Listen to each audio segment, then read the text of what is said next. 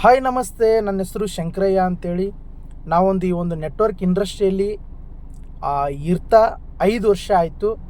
But ಒಂದು ಮಾತು ಹೇಳೋಕ್ಕೆ ಇಷ್ಟಪಡ್ತೀನಿ, ಈ ಒಂದು ನೆಟ್ವರ್ಕ್ ಇಂಡಸ್ಟ್ರಿಯನ್ನು ಅನ್ನೋದೇನಿದೆಯಲ್ಲ, ಇದು ಒಂದು ಅದ್ಭುತವಾಗಿರ್ತಕ್ಕಂಥ ಪ್ಲಾಟ್ಫಾರ್ಮ್ ಅಂತ ಹೇಳ್ಬೋದು.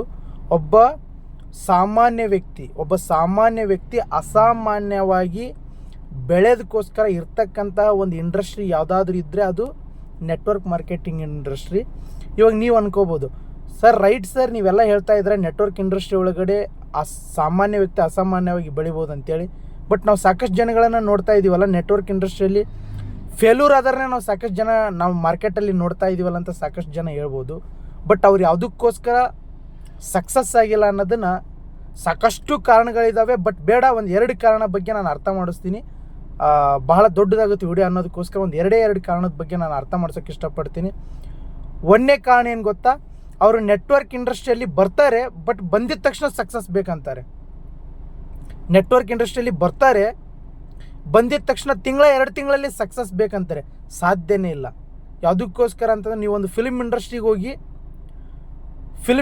ಹೋಗ್ಬೇಕಂದ್ರೂ ಕೂಡ ನಾನು ಹೋಗಿದ ತಕ್ಷಣ ನನಗೆ ಹೀರೋ ಪಾತ್ರ ಕೊಡಲ್ಲ. ಸ್ಟಾರ್ಟಿಂಗ್ ನಾನು ಅಲ್ಲೆಲ್ಲ ಕೆಲಸ ಮಾಡಬೇಕು. ಅವ್ರು ಏನು ಹೇಳ್ತಾರೆ ಆ ಕೆಲಸ ಎಲ್ಲ ಮಾಡಿದ್ದಾದಮೇಲೆ ಒಂದು ಚಾನ್ಸ್ ಕೊಡ್ತಾರೆ. ಅದು ಹೀರೋ ಚಾನ್ಸ್ ಅಲ್ಲ, ಯಾವುದಾದ್ರೂ ಒಂದು ಸಣ್ಣ ಪಾತ್ರ ಮಾತ್ರ ಕೊಡ್ತಾರೆ. ಅರ್ಥ ಆಗ್ತಿದ್ದೇನಾ? ನಾನು ಒಂದು ಕ್ರಿಕೆಟ್ ಇಂಡಸ್ಟ್ರಿಗೆ ಹೋಗ್ಬೇಕನ್ಕರಿ ಡೈರೆಕ್ಟೇ ಸೀದಾ ಹೋಗಿ ನನ್ನ ಬ್ಯಾಟಿಂಗಿಗೆ ಬಿಡ್ತಾರಾ? ಇಲ್ಲ, ಅಲ್ಲಿ ಕೂಡ ಸಾಕಷ್ಟು ಸ್ಟ್ರಗಲ್ ಪಡಬೇಕು. ಅದಾಗಿದ್ಮೇಲೆ ಅಲ್ಲಿ ನಮಗೆ ಚಾನ್ಸ್ ಸಿಗುತ್ತೆ. ಅದೇ ರೀತಿ ನೆಟ್ವರ್ಕ್ ಇಂಡಸ್ಟ್ರಿಯಲ್ಲೂ ಕೂಡ ಏನಂದರೆ ಸ್ವಲ್ಪ ಸಮಯ ಬೇಕು. ರಾತ್ರೋರಾತ್ರಿ ಆಗಲ್ಲ, ಸಮಯ ಬೇಕು. ಬಟ್ ಸಾಕಷ್ಟು ಜನ ಹೇಳಂಗೆ ಗೊತ್ತಾ, ತಾಳ್ಮೆ ಅನ್ನೋದಿಲ್ಲ.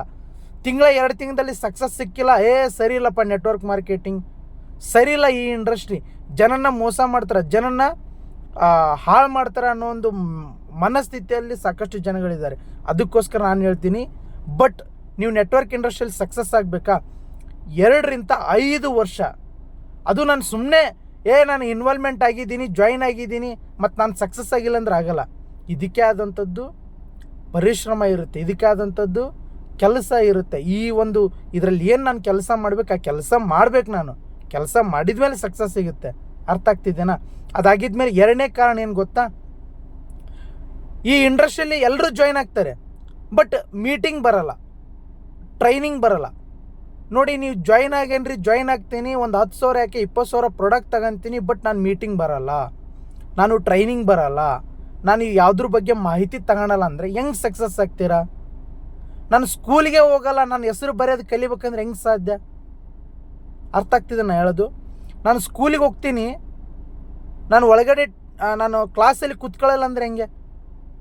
ನಾನು ಒಂದೇದು ಸ್ಕೂಲ್ಗೆ ಹೋಗಲ್ಲ ಅಂದ್ಕೊಂಡ್ರೂ ನಾನು ಸಕ್ಸಸ್ ಆಗಲ್ಲ ಅಂದ್ರೆ ಜೀವನದಲ್ಲಿ ಸಕ್ಸಸ್ ಆಗಲ್ಲ.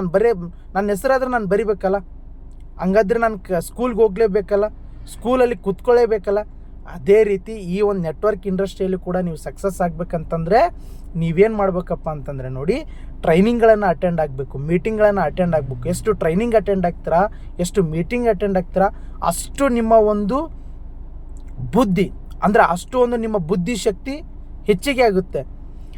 ಯಾವಾಗ ನೋಡಿ, ಒಂದು ಅರ್ಥ ಮಾಡ್ಕೊಳ್ಳಿ, ನಮ್ಮ ದೇಹದಾಗ ನಮ್ಮ ಒಂದು ಬಾಡಿ ಒಳಗಡೆ ಇಮ್ಯುನಿಟಿ ಪವರ್ ಜಾಸ್ತಿ ಆಗುತ್ತೆ. ಆವಾಗ ನಮ್ಮ ದೇಹದಲ್ಲಿ ಏನಾಗುತ್ತೆ ಹೇಳಿ, ನಾವು ಶಕ್ತಿಯುತ ಆಗ್ತೀವಿ. ನಮ್ಮ ದೇಹದಲ್ಲಿ ಇಮ್ಯುನಿಟಿ ಪವರ್ ಇದ್ದಾಗ ಮಾತ್ರ ನಾವು ಶಕ್ತಿಯಿಂದ ಇರ್ತೀವಿ.